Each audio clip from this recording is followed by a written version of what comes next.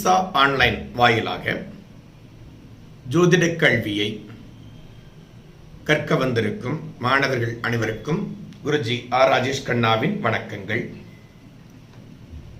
இந்த ஜோதிட கல்வி படிக்கிறதுக்கு முன்னாடி ஜோதிடம்னா என்ன அப்படிங்கிற முதல்ல தெரியணும் இல்லையா? நம்ம எல்லாருமே என்ன பண்றோம், ஒரு ஜாதகத்தை கொண்டு போய் கொடுக்கிறோம். கட்டகட்டங்களா இருக்கிறது, கிரகங்கள் இருக்கிறது.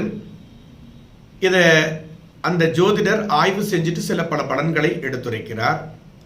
நம்ம எல்லாருக்குமே உள்ளூர ஒரு சந்தேகங்கள் இருக்கும். இது எப்படி நோட்ல இருக்கக்கூடிய சில எழுத்துக்களை வச்சுக்கிட்டு நம்முடைய வாழ்க்கையையே இவர்கள் எப்படி கணிக்க முடிகிறது, உண்மையிலே இது சரியான ஒரு முறைதானா அப்படிங்கிற மாதிரி. அது மட்டும் இல்லை, விஞ்ஞானபூர்வமானதா, அறிவு சார்ந்ததா, பகுத்தறிவு சார்ந்ததா, இப்படி பல்வேறுபட்ட கேள்விகளை நமக்குள்ள நம்ம கேட்டுக்கிட்டே இருக்கோம். இருந்தாலும் ஜோதிடர்களை பார்த்து நம்ம ஜோதிடம் பார்த்துக்கிட்டு தான் இருக்கோம். என்னன்னா அதுல என்னதான் சொல்லியிருக்குன்னு பார்ப்போமே அப்படின்னு தானே ஒழிய, முழுமையான ஜோதிடத்தில் நம்பிக்கை ஏற்பட்டு அதன் மூலமா நம்ம சரியா அணுகிறோமா ஜோதிடத்தை அப்படிங்கிறது ஒரு கேள்விக்குறியாதாங்க இருக்கு. அப்ப எல்லாருக்கும் என்ன தெரியணும், ஜோதிடம் என்றால் என்ன, எந்த காலத்திலிருந்து நம்ம ஜோதிடம் வளர்ந்திருக்கிறது, வளர்ந்து வந்து கொண்டிருக்கிறது, இப்ப இருக்கிற ஜோதிடத்தினுடைய நிலைப்பாடு என்ன, இந்த ஜோதிடம் எப்படி வேலை செய்யுது அப்படிங்கிற மாதிரி பலதரப்பட்ட விஷயங்கள் நமக்கு ஒரு புரியாத புதிராகவே இருந்து கொண்டிருக்கிறது அப்படின்னு சொன்னா அதுல மிக இல்லைன்னு சொல்லலாம். அப்ப என்ன தெரியணும், ஜோதிடம்னா என்ன அப்படிங்கிறது நம்மளுக்கு மிக தெளிவா தெரிய வேண்டும். இந்த ஜோதிடம் என்ன அப்படிங்கிறதுக்கு முன்னாடி எப்ப இருந்து நம்மள்ட்ட ஜோதிடம் இருக்கிறது அப்படிங்கிறத பார்க்கணும். அதை வரலாற்று சுவர்களை எடுத்து பார்க்கும் பொழுதுதான் நமக்கு இந்த ஜோதிடத்தினுடைய தொன்மையும் அதற்கான நிலையும் நமக்கு வெகுவாக புரிய ஆரம்பிக்கும் ஜோதிட நண்பர்களே. அப்ப என்ன பண்றோம் அப்படின்னு பார்த்தீங்கன்னா, 25,000 ஆண்டுகளுக்கு முன்பு தோண்டிய நம்முடைய சுமேரிய நாகரிகத்திலேயே கூட பார்த்தீங்கன்னா ஜோதிடத்தினுடைய சுவடுகள் தெரிகிறது. அதாவது பண்டைய காலங்களில் நமக்கு எழுதுறதுக்கு எழுதுகோள் கிடையாது, எழுதி அதை பத்திரப்படுத்துவதற்கான அந்த பலகையும் கிடையாது. அப்ப என்ன பண்ணியிருக்காங்க, மிருகங்களுடைய எலும்புகள், மனிதனுடைய எலும்புகள் இவையெல்லாம் எடுத்து அதுல ஜோதிடத்தினுடைய குறியீடுகள் சார்ந்த விஷயங்களையும் விளக்கங்களையும் குறியீடுகளாக குறித்து வைத்திருந்திருக்கிறார்கள். இது சுமேரிய நாகரிகத்திலேயே நன்றாக வளர்ச்சியடைந்த ஒரு விஞ்ஞானமாக அமைந்திருக்கிறது அப்படிங்கிறத நம்ம புரிந்து கொள்ள வேண்டும். ஒவ்வொரு நிலையை எடுத்து பார்த்தாலும், ஒவ்வொரு வகைகளை எடுத்து பார்த்தாலும், ஒவ்வொரு விதமான சாஸ்திரத்தை எடுத்து பார்த்தாலும், சில காலங்களில் தோன்றி நன்றாக வளர்ந்து ஒரு உயர்வான நிலையை அடைந்து பின்பு பின்னிலையை நோக்கி அடைகிறது தான் வரலாற்று சுவடுகளில் நம்ம பார்க்க முடிகிறது. அப்படியாப்பட்ட நிலையில எடுத்து பார்த்தீங்க அப்படின்னா, ஜோதிடமானது மிகவும் நன்றாக வளர்ந்து உயரிய நிலையை அடைந்து பின்பு அது மறைக்கப்பட்ட ஒரு சாஸ்திரமாக அமைந்திருக்கிறது, மறைந்த சாஸ்திரமாக அமைந்திருக்கிறதுன்னு சொல்லலாம். அப்படியாப்பட்ட நிலைகள் தான் அந்த ஜோதிடத்திற்கான ஒரு நிலையா அமைந்திருக்கிறது. அப்போ பல நாடுகள்ல பலவிதமான தோன்றல்கள்ல பார்த்தீங்கன்னா பலவிதமா இந்த ஜோதிடத்திற்கான தோற்றம், வளர்ச்சி, அது வளர்ந்திருந்த நிலைகள், இப்படி பலதரப்பட்ட விஷயங்களை நம்ம குறியீடுகளாக நம் முன்னோர்கள் கண்டுபிடித்து எழுதியிருந்தார்கள்னு நம்ம சொல்ல முடிகிறது. அதோடு மட்டுமில்லை, இந்தியாவில் இதனுடைய வளர்ச்சி என்னவாக இருந்தது அப்படின்னு பார்த்தீங்கன்னா, வேத சாஸ்திரங்கள்ல ஒரு நட்சத்திர வெடிப்பு ஏற்பட்டு பல்வேறு நட்சத்திரங்களாக பிரிந்தது அப்படிங்கிறதுக்கான சான்றுகளை நாம் பார்க்க முடிகிறது. அப்ப அந்த சான்றுகள் என்ன சொல்லுது அப்படின்னு பார்த்தீங்கன்னா, அந்த நட்சத்திர வெடிப்புகள் 95,000 ஆண்டுகளுக்கு முன்பு வெடித்திருக்கிறதுக்கான சாத்தியக்கூறுகள் உண்டு அப்படின்னு இன்றைய விஞ்ஞானம் சொல்கிறது. அப்போ ஏற்கனவே வெடித்த ஒரு விஷயத்தை நம் முன்னோர்கள் கண்டறிந்திருக்க முடியாது. பிற்காலத்தில் வந்தவர்கள் இந்த மாதிரி ஒரு நட்சத்திரம் வெடித்து சிதறி இருக்கிறது அப்படிங்கிறத கண்டுபிடிக்கிற அளவிற்கு நம்ம கிட்ட ஒரு அதீதமான ஒரு சூப்பர் பவர் உள்ளவர்களும் தோன்றல. அப்படின்னா அவர்கள் வாழ்ந்த காலத்துல, வேதங்கள் எழுதப்பட்ட காலகட்டங்கள்ல வாழ்ந்தவர்கள் அந்த வெடிப்புகளை கண்டறிந்து ஜோதிட பதிவுகளாக ஒரு நட்சத்திரம் வெடித்து சிதறிய நிலையை 95,000 ஆண்டுகளுக்கு முன்பே எழுதியிருந்திருக்கிறார்கள். அப்ப இதன் மூலம் பார்த்தீங்கன்னா 95,000 ஆண்டுகளுக்கு முன்னாடி வெடித்து சிதறிய நட்சத்திரத்த கூட்டத்தை பருத்தி நம்ம வேதங்கள்ல காணப்பட்டது என்றால் அந்த காலகட்டத்திலேயே நம்முடைய வேதங்கள் தோன்றியதாக இருக்க வேண்டும் அப்படிங்கிறதுல மாற்றம் இல்லை. அதே நேரத்தில் அந்த காலகட்டத்திலே கூட நம்முடைய முன்னோர்கள் ஜோதிட ரீதியாக மிக உன்னதமான வளர்ச்சி அடைந்திருந்திருக்கிறார்கள் அப்படிங்கிறதுல எந்த மாற்றமும் இல்லை. இதில் அடுத்தடுத்து வந்த தலைமுறைகள், அடுத்தடுத்து வந்த நாகரிகங்கள் எல்லாமே ஜோதிடத்துல ஒரு பின்னடைவை ஏற்படுத்தி இருக்கிறது அப்படிங்கிறதுலயும் மாற்றம் இல்லை. அப்ப பார்த்தீங்கன்னா வேத காலங்களிலேயே நம்ம இன்னும் தமிழ் எடுத்து பார்த்தீங்கன்னா இலக்கிய காலங்களிலேயே இதிகாச காலங்களிலேயே இந்த ஜோதிடமானது நன்றாக தோன்றி வளர்ந்திருக்கிறது என்பதை நம்முடைய வரலாற்று அறிஞர்கள் மற்றும் பண்டைய நூல்கள் எடுத்து பார்க்கும் பொழுது நமக்கு தெளிவாக தெரிகிறது. அந்த அளவிற்கு இந்த ஜோதிடமானது தோன்றி நன்றாக வளர்ச்சி அடைந்து அதற்கப்புறம் ஒரு பின்னடைவை சந்தித்த ஒரு சாஸ்திரமாக இருக்கிறது. அதோடு மட்டுமில்ல, இந்த ஜோதிட சாஸ்திரம் என்பது மிக உன்னதமானது. வாழ்வியல்ல ஒவ்வொரு மனிதனையும் அவருடைய வாழ்க்கையில மாற்றத்தை ஏற்படுத்தக்கூடிய வல்லமை பெற்றதாக இருக்கிறது அப்படிங்கிறது எல்லாருமே ஆச்சரியப்பட வேண்டிய ஒரு உண்மையாக பார்க்கிறார்கள். அதில் ஆச்சரியப்படுறதுக்கு ஒன்றும் இல்லை, பின்னாடி சில ஆய்வுகள் நான் உங்களுக்கு சொல்ல போறேன். அதெல்லாம் பார்த்தீங்கன்னா இந்த அளவிற்கு நம்ம ஆச்சரியப்படணுன்ற அவசியம் இல்லை அப்படிங்கிறது தெரியும். இப்போ சூரியன் எப்படி தோன்றி இருக்கிறது அப்படின்னு பார்த்தீங்கன்னா பண்டைய காலங்களில் ஒரே ஒரு நட்சத்திரம் தான் தோன்றி இருந்தது. அந்த நட்சத்திரம் வெடித்து 400 கோடி நட்சத்திரங்கள் உருவாகி இருக்கிற இந்த வான்வெளியில அப்படின்னு கண்டறிந்திருக்கிறார்கள். அதுல இருக்கிறதுலயே மிகச்சிறிய நட்சத்திரம் யாரு அப்படின்னு பார்த்தீங்கன்னா நம்ம சூரியன் தாங்க. அப்ப இந்த மிகச்சிறிய சூரியன், அந்த சூரியனில் ஏற்பட்ட வெடிப்புகள் உங்களுக்கு பூமியை தோற்றுவித்திருக்கிறது. அப்ப நம்முடைய ஆரிஜின் எங்க இருந்துன்னு பாருங்க. அப்ப சூரியன் ஒரு நட்சத்திரத்திலிருந்து வெடித்து சிதறி இன்னொரு நட்சத்திரமாக இருந்திருக்கிறது. ஆனா இந்த பூமியோ மற்ற கோள்களோ எல்லாமே பார்த்தீங்கன்னா இந்த சூரியன் வெடித்து சிதறியதால் ஏற்பட்ட ஒரு அதிலிருந்து பிறந்த அதனுடைய உருவாக இருக்கிறது, அதனுடைய பிறப்பு அடுத்த பிறப்பாக இருக்கிறது அப்படின்னு நம்ம சொல்லலாம். அதிலிருந்து பிரிந்து வந்த இப்ப சந்ததிகள்னு சொல்லலாம். இப்போ சூரியன் எடுத்தீங்கன்னா அவர் அப்பான்னா அவற்றிலிருந்து பிறந்த குழந்தைகள் தான் இந்த நவக்கோள்களுமே. இன்னும் இப்ப நிறைய கோள்கள் கண்டுபிடிக்கிறாங்க, கண்டுபிடித்துக் கொண்டே இருப்பார்கள். இப்ப மட்டும் இல்லை, பிற்காலத்திலும் கண்டுபிடிப்பார்கள். ஆனா நமக்கு ஜோதிட ரீதியா பயன்படக்கூடிய கோள்களை மட்டும்தான் நம்ம கணக்கில் எடுத்துக்கொள்கிறோம். புரியுதுங்களா? அப்ப இந்த சூரியனிடமிருந்து பிறந்ததுதான் இந்த பூமியும் மற்ற கோள்களும். இந்த பூமியிலிருந்து உருவாக்கப்பட்ட உயிரினங்கள் மூலமாக படிப்படியாக வளர்ந்தவர்கள் தான் நம் மனிதனாக இருக்கிறார்கள். அப்ப தேர்ட் ஜெனரேஷன் சொல்லலாம். அதாவது சூரியன் என்பது ஒரு பெரிய ஒரு நட்சத்திரத்திலிருந்து வெடித்து சிதறிய ஒரு சின்ன நட்சத்திரம். அந்த சின்ன நட்சத்திரத்திலிருந்து வெடித்து சிதறிய அடுத்த கோள்கள் அப்படின்னு பார்த்தீங்கன்னா பூமி மற்றும் இதர கோள்கள். அந்த பூமி உருவாக்கிய உயிரினங்கள், தாவரங்கள், அதுல மனிதர்களும் ஒருவர்கள். அப்ப நம்ம எங்க இருந்து உருவாயிருக்கோம் அப்படின்னு பார்த்தீங்கன்னா மூல நட்சத்திரத்திலிருந்து வெடித்து சேரிய சூரியன் என்ற நட்சத்திரத்தால் பூமி உருவாக்கப்பட்டு பூமியினுடைய தட்பவெப்பநிலைக்கு ஏற்ப நாம் உருவாகி இருக்கிறோம். அப்போ நம்ம பார்த்தா சூரியனுடைய குழந்தைகள், 3வது வம்சம் நம்ம அப்படின்னு நம்ம சொல்லலாம், மனித இனம் அப்படிங்கிறது.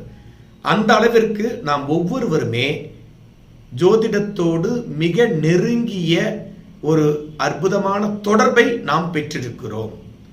அதுதான் நம்ம எல்லாருமே புரிந்து கொள்ள வேண்டும். அப்போ இந்த தொடர்புகள் நம்மை பாதித்து கொண்டே இருக்கிறது அப்படின்றத புரிந்து கொள்ள வேண்டும். சரி, என்ன மாதிரியான மாற்றங்கள் இப்ப வான்வெளியில ஏற்படக்கூடிய மாற்றங்கள் என்ன மாதிரி மனிதர்களை பாதிக்கிறது, மற்ற இனங்களுக்கு பாதிக்கிறது அப்படிங்கிறதெல்லாம் நிறைய ஆய்வுகள் நம் முன்னோர்கள் செய்திருக்கிறார்கள். இதுல என்னங்கிறத பார்த்தீங்க அப்படின்னா இந்த சூரியனில் 11 ஆண்டுகளுக்கு ஒரு முறை வெடிப்பு நிகழ்கிறது அப்படிங்கிறத கண்டறிந்திருக்கிறார்கள். ஒவ்வொரு 11 ஆண்டும் 10 அல்லது 11 ஆண்டுகளுக்கு ஒரு முறை சூரியனில் சுனாமின்னு சொல்லக்கூடிய அளவிற்கு பெரிய அணு வெடிப்பு ஏற்படுகிறது அப்படின்னு நம்ம விஞ்ஞானிகள் மிக முன்னாடியே கண்டுபிடித்திருக்கிறார்கள். 700 ஆண்டுகள் ஆய்வுகளுக்கு பிறகு இந்த ஆய்வை வெளியிடுகிறார்கள்.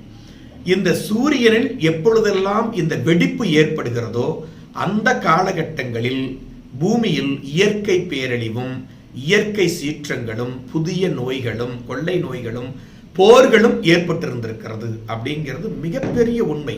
இதெல்லாம் விஞ்ஞானபூர்வம் நிரூபிக்கப்பட்ட உண்மைகள். நண்பர்களே, நீங்க ஏதோ சொல்லிட்டு இருக்கோன்னு யோசிக்காதீங்க. அப்ப சூரியனில் ஏற்படுகின்ற மாற்றங்கள் இம்மீடியட்டா பூமியின் மீதும் பூமியில் வாழ்கின்ற அத்துணை விதமான ஜீவராசிகள் மீதும் மாற்றங்களை இடையறாது ஏற்படுத்தி கொண்டே இருக்கிறது அப்படிங்கிறதையும் புரிஞ்சுக்கங்க. அதோடு மட்டுமில்ல, சூரியனை பற்றி பல்வேறு விதமான ஆய்வுகள் வெளிவந்து கொண்டிருக்கிறது, முன்னாடியே வெளியிடப்பட்டிருக்கிறது. இந்த சூரியன் 45 ஆண்டுகள் சராசரியாக வளர்ந்தும் அதற்கு பிறகு 45 ஆண்டுகள் பின்னோக்கியும் ஒரு நிலையை ஏற்படுத்துகிறது. அப்ப பாத்தீங்கன்னா சராசரியா 90 இருந்து 92 ஆண்டுகள் என்பது இந்த சூரியனுடைய வளர் மற்றும் தேயக்கூடிய ஒரு காலகட்டமாக இருக்கிறது அப்படிங்கிறதையும் வரலாற்று அறிஞர்கள், வானவியல் விஞ்ஞானிகள் கண்டறிந்திருக்கிறார்கள்.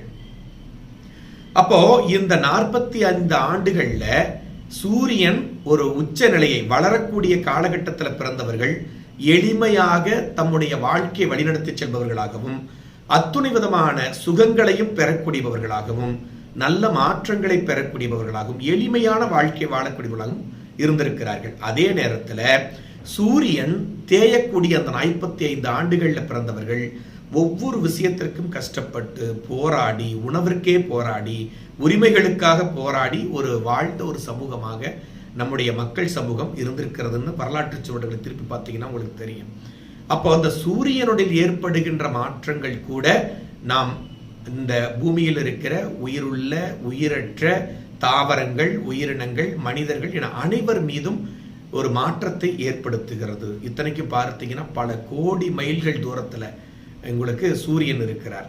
அங்கே ஏற்படக்கூடிய மாற்றங்கள் கூட மனிதனிடத்துல பலவிதமான மாற்றங்களை ஏற்படுத்தி கொண்டிருந்திருக்கிறது. மரங்களை பார்த்தீங்கன்னா, மரங்கள் அதனுடைய வயதை கணக்கிடுவதற்கு என்ன பண்ணுவாங்க, குறுக்கு வெட்டில் மரத்தை வெட்டி பார்ப்பாங்க. அதில் வட்ட வட்டமாக பார்த்தீங்கன்னா ஒரு லேயர் இருந்துக்கிட்டே இருக்கும். நீங்கள் டேபிள் இந்த மாதிரி ஒரு முக்கியமான பெரிய இதெல்லாம் பார்த்தீங்கன்னா அந்த லேயர் வட்ட வட்டமாக இருந்திருக்கும். அந்த ஒரு வட்டம் என்பது 10 ஆண்டுகள் அப்படின்ற கணக்கில் அப்படியே கொஞ்சம் கொஞ்சமாக அதை கணக்கிட்டு அந்த மரத்தினுடைய ஆயுளை கணக்கிடுவார்கள். அதே நேரத்தில் இந்த ஆயுளை கணக்கிட்டு கொண்டிருந்த தன் வாழ்நாளையே செலவழித்த பல வானவியல் விஞ்ஞானிகள் என்ன சொல்றாங்க அப்படின்னு பார்த்தீங்கன்னா, 10 ஆண்டுகளுக்கு ஒரு முறை அந்த லேயர், அந்த மரத்தினுடைய அந்த வளர்ச்சியினுடைய லேயரானது மிக பெரியதாக இருக்கிறது. கரெக்டாக பார்த்தீங்கன்னா ஒவ்வொரு 10 ஆண்டுகள்லையும் உங்களுக்கு அந்த மாதிரியான மாற்றங்களை நம்ம பார்க்க முடிகிறது அப்படின்னு சொல்றாங்க. எல்லா மரத்துலையுமே நம்மளுக்கு அந்த மாதிரியான ஒவ்வொரு ஆண்டுகளும் ஒவ்வொரு லேயர் உருவாகிட்டே இருக்கும். அதுல 10 ஆண்டுகள்ல உருவான லேயரானது ரொம்ப பெரிதாக இருந்திருக்கிறது அப்படிங்கிறதும் அந்த சூரியன்ல ஏற்பட்டிருக்கிற அணு வெடிப்பும் ஒத்துப்போவதாக நம் முன்னோர்கள் கணித்திருக்கிறார்கள், விஞ்ஞானபூர்வமாக நிரூபித்திருக்கிறார்கள் அப்படின்னு நம்மால சொல்ல முடிகிறது. அதோடு மட்டுமில்ல, பூமியில் ஏற்படுகின்ற மாற்றங்கள் எல்லாமே வான்வெளியில் ஏற்படுகின்ற மாற்றங்களை அனுசரித்தே அமைந்திருக்கிறது. இன்னைக்கும் பார்த்தீங்கன்னா பயங்கர சேட்டை செய்து கொண்டிருக்கிற, எந்நேரமும் பார்த்தீங்கன்னா ஏதாவது குறும்புத்தனம் செஞ்சுக்கிட்டு இருக்கிற ஒரு இனம் யாருன்னு பார்த்தீங்கன்னா குரங்குகள். ஏன்னா நம்ம அதிலிருந்து தான் பிறந்திருக்கிறோம். இந்த குரங்குகள் கூட கிரகண காலங்களில் உங்களுக்கு வாயடைத்து போய் அந்த 2 நாட்களுமே எந்த ஒரு குறும்பும் செய்யாம மனதில் ஒரு குழப்பத்தோடு ஒரு சோகத்தோடு அமர்ந்திருக்கக்கூடிய ஒரு நிலையை நாம் பார்க்கிறோம். அப்போ இந்த விலங்கினங்கள் கூட வான்வெளியில் ஏற்படுகின்ற மாற்றங்களை உணர்ந்து அதற்கு ஏற்றாறு போல தன்னுடைய நிலைப்பாடுகளை வெளிப்படுத்துகிறது அப்படிங்கிறத நாம புரிந்து கொள்ள வேண்டும். இன்னும் பார்த்தீங்கன்னா பௌர்ணமி காலங்களில் பார்த்தீங்கன்னா உடல்நிலையில நிறைய மனதளவில் ஏற்பட்ட பாதிப்புகள் அதிகரித்து நிறைய பேருக்கு அந்த மனோரி வியாதிகள் அதிகரிக்கிறதுக்கான வாய்ப்பை பார்க்கிறோம். அதே மாதிரி இந்த பௌர்ணமி நாட்கள்ல உங்களுக்கு கடல் நீர்களிடையே இருக்கக்கூடிய அலைகள் கொந்தளிப்பை பார்க்கிறோம். நம்மளுக்கும் கடலுக்கும் ரொம்ப வித்தியாசம் இல்லைங்க. நம்மளுடைய உடல்ல எந்த அளவிற்கு உப்புச்சத்து இருக்கிறதோ, நீர்ச்சத்து இருக்கிறதோ, அதுக்கு இணையான ஒரு உப்புச்சத்தையும் நீர் அளவையும் கொண்டிருப்பது இந்த பூமி. அதுவும் கடலினுடைய உப்புச்சத்தினுடைய அளவு தான் நம்ம உடலினுடைய உப்புச்சத்தின் அளவாக இருக்கிறது. அவ்வளவு பெரிய கடலையே இந்த பௌர்ணமி காலங்கள் பாதிப்பை ஏற்படுத்துதுன்னா நம்ம மனிதர்களுடைய உடல் எம்மாத்திரம், அதை மட்டும் நம்ம புரிந்து கொள்ள வேண்டும். அப்போ ஒவ்வொரு நிலையும் நம்ம பூமியில் வாழக்கூடிய அத்துணை ஜீவராசிகள், அதோடு மட்டும் இல்லை, தாவரங்கள் கூட அடைகிறது அப்படிங்கிறத புரிஞ்சுக்கங்க. இன்னும் பார்த்தீங்கன்னா ஜப்பான்ல தான் இருக்கிறதுலையே அதிகமாக நிலநடுக்கம் ஏற்படக்கூடிய ஒரு நிலையை நம்ம பார்க்கிறோம். இந்த ஜப்பான்ல பார்த்தீங்கன்னா ஒரு விதமான பறவைகள் எப்போ அந்த நிலநடுக்கம் ஏற்படுகிறதோ அதுக்கு 2 நாட்களுக்கு முன்னாடியே அந்த இடத்தை காலி செய்து விட்டு அடுத்த இடத்தை நோக்கி நகர ஆரம்பிச்சிடுதான். நம்ம வானவியல்ல இவ்வளவு முன்னேற்றம் அடைந்திருக்கிறோம், அறிவியல் ரீதியாக எவ்வளவு முன்னேற்றம் அடைந்திருக்கிறோம். ஆனால் நம்மளால கூட கண்டுபிடிக்க முடியல. 1 மணி நேரத்துக்கு முன்னாடி கூட நம்மளால சரியா யூகிக்க முடியல ஒரு நிலநடுக்கம் ஏற்படுமா இல்லையா அப்படிங்கிறது. ஆனா அந்த பறவைகள் இந்த பூமியில் அடுத்து நம்மளுக்கு நிலநடுக்கம் ஏற்பட போகிறது அப்படிங்கிறத கண்டுபிடிச்சு அடுத்த இடத்தை நோக்கி இடம்பெயர ஆரம்பிச்சிடுமா. அதை வச்சே ஜப்பானியர்கள் நம்ம நிலநடுக்கம் ஏற்பட போகிறத கண்டுபிடிக்கக்கூடிய வாய்ப்புகளை பெற்றிருக்கிறார்கள் அப்படின்னு நம்மளால சொல்ல முடிகிறது. அந்த அளவிற்கு பறவைகளும் மிருகங்களும் நல்ல ஒரு நீர்வாழ் உயிர்களும் கூட நம்ம வான்வெளியில் ஏற்படக்கூடிய மாற்றங்களை அனுசரித்தே அவற்றினுடைய வாழ்வியலை எடுத்து சென்றிருக்கிறது அப்படிங்கிறத நம்ம கட்டாயம் புரிந்து கொள்ள வேண்டும். மீன்கள் எல்லாமே பார்த்தீங்கன்னா அந்த சந்திரனுடைய இயக்கத்தை அடிப்படையாக வச்சுக்கிட்டு குறிப்பிட்ட காலங்களில் உங்களுக்கு கரைகளில் முட்டையை விட்டுட்டு போயிடுமா. அதே நேரத்தில் அந்த கடல் உள்வாங்கக்கூடிய நேரமாகவும் அந்த காலகட்டம் அமைந்திருக்குமா. அப்போ அந்த கடல் உள்வாங்கிற நேரத்தில் முட்டை விட்டுட்டு போனாதான் அந்த முட்டை கொஞ்சம் கொஞ்சமாக இருந்து அது பொரிச்சு மீன்களாக மாறும், மீன் குஞ்சுகளாக மாறும். அதுபோல இதில் பெரிய ஆய்வுகள் செஞ்சுருக்காங்க. என்னன்னு கேட்டிங்கன்னா அந்த மீன்களை பிடிச்சிட்டு இதுக்கு நான் எந்த மாதிரியான தொடர்புகளை வச்சு இந்த மீன் கரெக்டாக அந்த நேரத்தில் முட்டைகள் இடுகிறது அப்படிங்கிறத ஆய்வு செஞ்சுருக்காங்க. அப்படி ஆய்வு செய்யும் பொழுது வெளிச்சமே இல்லாமல் ஒரு சில மீன்களையும், ஃபுல்லாக வெளிச்சத்தோட ஒரு சில மீன்களையும், அதிக சத்தத்தோடு ஒரு சில மீன்களையும், இப்படி பல்வேறுபட்ட ஆய்வுகளுக்கு உட்படுத்தி பார்க்கும் பொழுது அந்த மீன்கள் சந்திரனுடைய அந்த நகர்வையும் பூமியினுடைய நகர்வையும் அடிப்படையாக வச்சுக்கிட்டு அந்த காலங்களில் எக்ஸாக்டா அது தன்னுடைய இனப்பெருக்கத்தை ஏற்படுத்தியிருக்கிறது.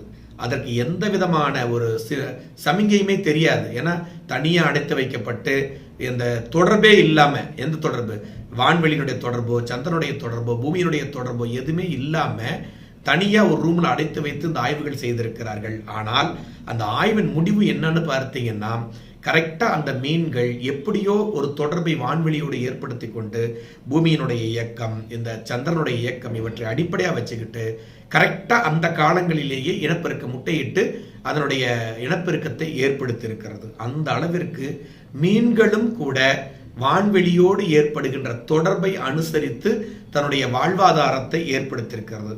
இன்னும் ஒரு பெரிய ஆச்சரியம் என்னன்னு கேட்டிங்கன்னா, இந்த பறவைகள் பார்த்தீங்கன்னா அந்த குளிர்காலம் ஆரம்பிக்கும் போதே அந்த பறவைகள் அந்த இடத்திலிருந்து அதற்கு ஏதுவான ஒரு இடத்தை தேடி நகர ஆரம்பிக்கிறது. இப்போ வேடந்தாங்கல் இந்த மாதிரி பார்த்தீங்கன்னா, அப்போ வெளிநாடுகளில் பயங்கர பனி ஏற்படும் போதே அவைகள் என்ன ஆரம்பிச்சிடும், அடுத்த இடம் பெயர்ந்து சுகமான வாழ்க்கை வாழ்வதற்கு, இனப்பெருக்கம் செய்வதற்கு அந்த காலங்களை பயன்படுத்தி கொள்கிறது. இதில் பார்த்தீங்கன்னா அந்த பறவைகள் கரெக்டாக ஒரு 10 நாள் தள்ளி குளிர்காலம் ஆரம்பிக்குதுன்னா கரெக்டாக அந்த 30 நாள், அந்த 10 நாளைக்கு முன்னாடியே பறக்காத அந்த பறவைகள் கரெக்டாக 30 days அந்த பறவைகள் பறக்க ஆரம்பிச்சதுன்னா 30 நாளில் கரெக்டாக எக்ஸாக்டாக அங்கே பனிகாலம் ஆரம்பித்து விடுகிறது. இப்போ ஃபார் எக்ஸாம்பிள் ஒரு 10 நாள் தள்ளி அந்த குளிர்காலம் ஆரம்பிக்க போகுதுன்னா கரெக்டாக அந்த பறவைகளும் ஒரு 10 நாள் தள்ளி தான் தன்னுடைய பயணத்தை மேற்கொள்ள ஆரம்பிக்கிறது. அந்த அளவிற்கு எக்ஸாக்டா துல்லியமா எப்படி இவைகள் அந்த பருவநிலை மாற்றங்களை கண்டுபிடிக்குது அப்படிங்கிறது மிகப்பெரிய ஆச்சரியமாக இருக்கிறது. அந்த அளவிற்கு உன்னதமான ஒரு நிலையை இந்த மிருகங்களும் தாவரங்களும் இன்னும் பலவிதமான விஷயங்களும் கரெக்டாக 12 ஆண்டுகளுக்கு ஒரு முறை எப்படி அந்த பூ பூக்குது அப்படிங்கிற மாதிரி பெரிய ஆச்சரியங்கள் நமக்கு காத்திருக்கிறது. அப்போ அந்த அளவிற்கு இந்த வானவியல்ல ஏற்படக்கூடிய மாற்றங்களை அடிப்படையாக வச்சுக்கிட்டு தான் நம்முடைய இந்த அத்துணை ஜீவராசிகளும் தாவரங்களும் தன்னுடைய வாழ்வாதாரத்தை ஏற்படுத்தி இருக்கிறது. அப்படின்னா அதில் எந்த விதமான ஒரு பெரிய அபரிமிதமான ஒரு மாற்று கருத்தே இல்லைன்னு சொல்லலாம். அந்த மாதிரி அனைவருமே, மிருகங்கள் மட்டுமல்ல, மனிதர்கள் மட்டுமல்ல, தாவரங்கள் மட்டுமல்ல, ஊர்வன பரப்பன, இப்படி எல்லா விதமான நிலைகளுமே நமக்கு இந்த வானவியல் அடிப்படையாக வச்சுக்கிட்டு தான் வாழ்வாதாரத்தை வாழ்ந்து கொண்டிருக்கிறது. அதுலேயும் பார்த்தீங்கன்னா அந்த பூமியானது முதல்ல தோன்றிய போது அதில் ஏற்படுகின்ற பாசிகள் தான் முதல் உயிரினம் இந்த பூமியில் தோன்றியது. அந்த பாசிகளிலிருந்து ஒவ்வொரு உயிரினமாக தோன்றி ஊர்வன, பரப்பன, நடப்பன அப்படின்னு தோன்றி அதுக்கப்புறம் மனிதர்கள், அதுக்கப்புறம் தேவர்கள், இப்படி ஒவ்வொரு நிலையாக மாறிக்கொண்டிருக்கக்கூடிய ஒரு நிலைகளை பார்க்கிறோம். அதே மாதிரி தாவரங்கள்ல எடுத்தீங்கன்னா பாசியிலிருந்து ஆரம்பிச்சு அப்படியே ஒரு வேர் மட்டும் இருக்கக்கூடியது, வித்துக்களை உருவாக்கக்கூடியது, கிழங்குகள், இப்படி பலவிதமான உயிர்களும் தாவரங்கள்லையும் பல மாறுபட்ட தாவரங்கள் உருவாகி இந்த பூமி பந்தானது அவ்வளோ அற்புதமான ஒரு இயற்கை நமக்கு வழங்கி இருக்கிறது. அந்த அளவிற்கு இந்த வான்வெளியில் நிகழக்கூடிய மாற்றங்கள், அது சார்ந்த விஷயங்கள் எல்லாமே பூமியில் வாழக்கூடிய அத்துணை விதமான ஜீவராசிகளையுமே ஒரு பெரிய வியக்கத்தக்கது ஒரு நிலையில நம் மீது ஆதிக்கத்தை ஏற்படுத்தி கொண்டுதான் இருக்கிறது அப்படிங்கிறத நம்ம கட்டாயம் அனைவருமே புரிந்து கொள்ள வேண்டும். அப்போ இந்த கருத்துக்கள்லாம் ஏற்படுத்தி பார்த்தீங்கன்னா தான் ஜோதிடம் எந்த அளவிற்கு ஒரு உன்னதமான நிலையை ஏற்படுத்தி இருக்கிறது அப்படிங்கிறது உங்களுக்கு நிச்சயமா புரியும். நம்ம ஜோதிடம் அப்படிங்கிறதே வான்வெளியில் ஏற்படக்கூடிய மாற்றங்களை அடிப்படையாக கொண்டு நம்ம எடுத்துரைக்கக்கூடிய பலன் தான் ஜோதிடம் அப்படின்னு சொல்லலாம். இன்னும் பல்வேறுபட்ட நிலைகள்ல பல்வேறுபட்ட விளக்கங்கள் உங்களுக்கு ஜோதிடம் சார்ந்து வழங்கப்பட்டிருக்கிறது. அது சார்ந்த நிலைகளை நம்ம அடுத்தடுத்த வகுப்புகளில் பார்க்க போறோம். இப்ப ஜோதிடம் எப்படி மனித வாழ்க்கையில மட்டும் இல்லாம உயிரினங்கள், தாவரங்கள், இப்படி பலதரப்பட்ட நிலைகள்ல வான்வெளியில் ஏற்படக்கூடிய மாற்றங்கள் எப்படி மாற்றத்தை கொடுக்குது அப்படிங்கிறத நீங்க நிச்சயமாக புரிந்திருப்பீர்கள் அப்படின்னு நினைக்கிறோம். நன்றி, வணக்கம். மீண்டும் அடுத்த வகுப்புல பார்க்கலாம்.